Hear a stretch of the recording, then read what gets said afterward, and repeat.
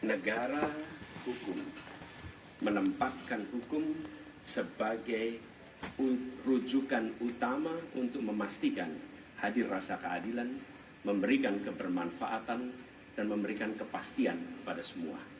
Ini harus dipegang teguh oleh pemegang kekuasaan, baik yang di puncak dan seluruh jajaran. Tapi apa yang terjadi? Banyak aturan ditekuk sesuai dengan kepentingan yang sedang memegang kekuasaan. Apakah ini akan diteruskan? Tidak. Ini harus diubah. Ini harus dikembalikan. Kemudian kita menyaksikan betapa pada hari-hari ini tatanan ketika kita menyelenggarakan pemerintahan sering tidak sesuai dengan prinsip-prinsip hukum yang kita pegang. Karena itulah kami melihat perubahan ini harus kita kembalikan. Negara ini adalah negara hukum, bukan negara kekuasaan. Dalam negara hukum, kekuasaan diatur oleh hukum. Dalam negara kekuasaan, hukum diatur oleh penguasa. Dan kita tidak menginginkan itu terjadi. Pada saat ini, kalau kita lihat hukum itu harusnya tegak begini. Inilah hukum. Dalam kenyataannya, dia bengkok. Dia tajam ke bawah, dia tumpul ke atas.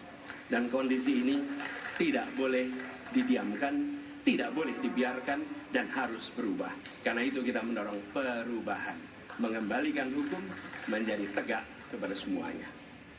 Dan bila kita saksikan hari ini ada satu orang milenial bisa menjadi calon wakil presiden.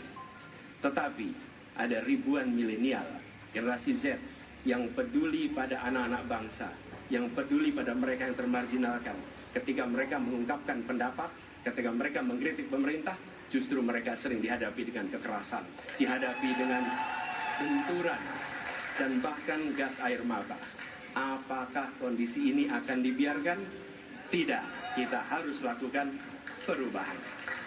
Oleh karena itu, kami memperhatikan ini sebagai hal yang mendasar. Yang tak kalah penting, ini kedua nih, yang tak kalah penting. Kita menyaksikan pada saat ini, ada peristiwa seperti peristiwa Ibu Mega. Ibu Mega Suryani Dewi, seorang ibu rumah tangga yang mengalami kekerasan rumah tangga, lapor pada negara, tidak diperhatikan, dan dia meninggal korban kekerasan. Apakah akan dibiarkan? Tidak, ini harus diubah. Dan tidak kalah penting, hadir bersama saya di sini ayahnya Harun Ar-Rasyid. Harun Ar-Rasyid adalah anak yang meninggal, pendukung Pak Prabowo di Pilpres 2019 yang menuntut keadilan pada saat itu. Protes hasil pemilu. Apa yang terjadi? Dia tewas sampai dengan hari ini tidak ada kejelasan. Apakah ini akan dibiarkan?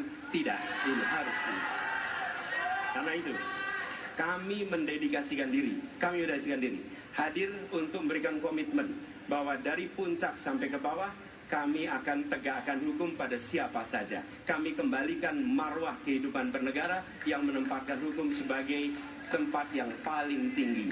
Dan ketentuan itu berlaku pada semua, termasuk ketika menyangkut urusan ASN, menyangkut urusan TNI dan Polri. Terima kasih. Assalamualaikum warahmatullahi wabarakatuh.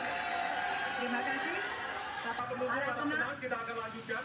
Baik, silakan. Bismillahirrahmanirrahim. Assalamualaikum warahmatullahi wabarakatuh.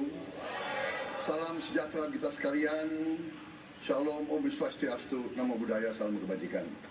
Terima kasih kesempatan yang diberikan kepada saya untuk menyampaikan visi dan misi. Kami menempatkan hukum, HAM,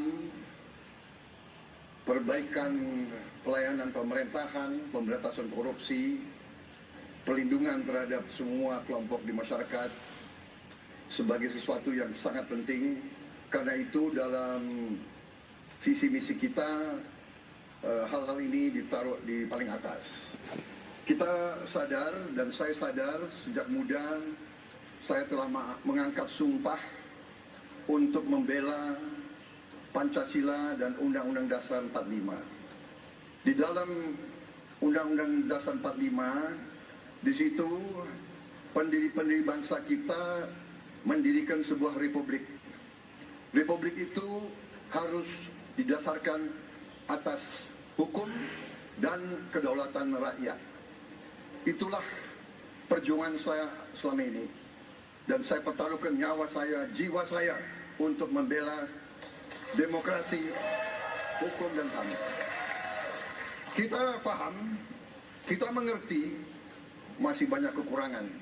Tetapi kita harus bersyukur di tengah dunia yang penuh tantangan ketidakpastian, di mana terjadi perang di mana-mana, di mana negara-negara begitu banyak yang terjadi perang saudara, kerusuhan, Indonesia masih aman, Indonesia masih damai, Indonesia masih terkendali, harga-harga masih terkendali, ekonomi untuk rakyat kita masih aman.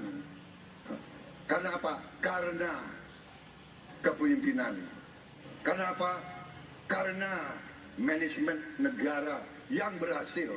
Saudara-saudara, apakah di tengah 280 juta rakyat masa tidak ada kekurangan?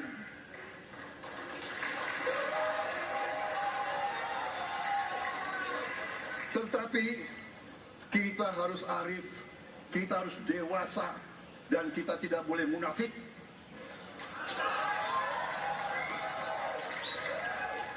Pemimpin itu ingar sosum telodo, harus memberi contoh. Saudara-saudara sekalian, Prabowo Gibran, kita akan perbaiki yang harus diperbaiki. Kita akan tegakkan apa yang perlu ditegakkan. Dan kita bertekad memberantas korupsi sampai ke akar-akarnya. Memberantas korupsi sampai ke akar-akarnya. Saudara-saudara sekalian, saya kira demikian yang ingin saya sampaikan.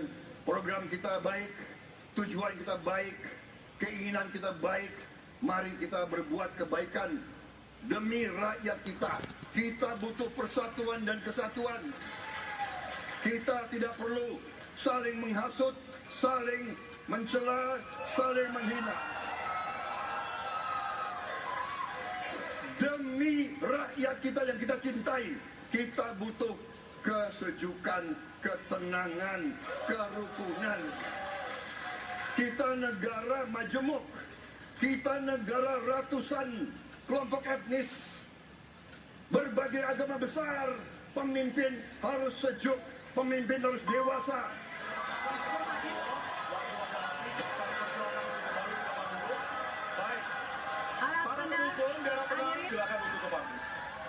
Harap tenang, hadirin harap tenang. Bapak Ganjar, waktunya 4 menit dimulai dari sekarang. Assalamualaikum warahmatullahi wabarakatuh. Selamat malam, salam sejahtera untuk kita semua. Om Swastiastu, Namo Buddhaya, Rahayu. Bapak Ibu yang sangat saya hormati, para hadirin pemirsa debat malam ini yang sangat saya muliakan. Saya dan Pak Mahfud mulai perjalanan pada saat pembukaan kampanye dari ujung timur Indonesia dan barat, dari Sabang sampai Merauke.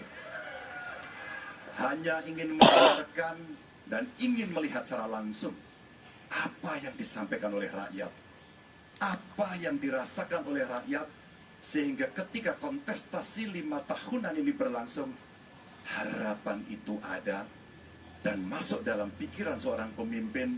Satunya pikiran, perkataan, dan perbuatan. Ini sesuatu yang sungguh penting. Di Merauke kami menemukan pendeta, namanya Pak Leo. Dia harus menolong seorang ibu ingin melahirkan, karena tidak adanya fasilitas kesehatan. Dan dia belajar dari YouTube. Sesuatu hak kesehatan yang tidak bisa didapat. Maka kita sampaikan kepada Pendeta Leo, kami akan bangunkan itu, dan kami akan kerahkan seluruh Indonesia, bahwa satu desa, satu puskesmas atau pustu, dengan satu nakes yang ada. Pak Mahfud juga menyampaikan kepada para guru yang ada di Aceh, di Sabang sana. Ada juga guru agama di sana. Kita ingin membangun Indonesia yang hebat dengan SDM yang unggul. Tapi apakah kita sudah memperhatikan mereka? Tentu kemajuan yang selama ini ada mesti kita lakukan jauh lebih cepat, lebih satsat, dan perhatian itu mesti diberikan. Dan itulah di sana kita memperhatikan nasib para guru, termasuk guru agama. Insentif kepada mereka kita berikan agar mereka bisa mengajarkan budi pekerti yang luhur dengan moderasi agama yang ada. Bapak Ibu, cerita ini belum cukup. Saya berjalan ke NTT. Kami ketemu dengan masyarakat yang ada di sana. Pak Ganjar, kenapa kami anak muda tidak mudah mendapatkan akses pekerjaan? Padahal itu hak kami. Kenapa kemudian kami mendapatkan kesulitan untuk akses internet padahal kami butuh belajar? Tidak sama dengan yang di Jawa. Catatan inilah yang mendorong pikiran kami, internet gratis untuk para siswa yang sedang bersekolah. Agar mereka punya kesamaan dengan kita semua yang ada di Jawa ini. Kami bergeser lagi, kemudian ketemu kawan-kawan penyandang disabilitas di NTB.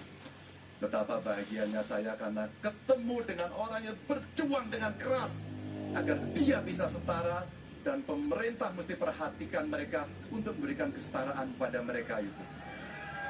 Tapi Bapak Ibu, saya mendengar ketika demokratisasi mesti berjalan dan demokrasi mesti kita jaga bersama, ada Ibu Sinta yang ketika menyampaikan pendapat harus berurusan dengan aparat keamanan.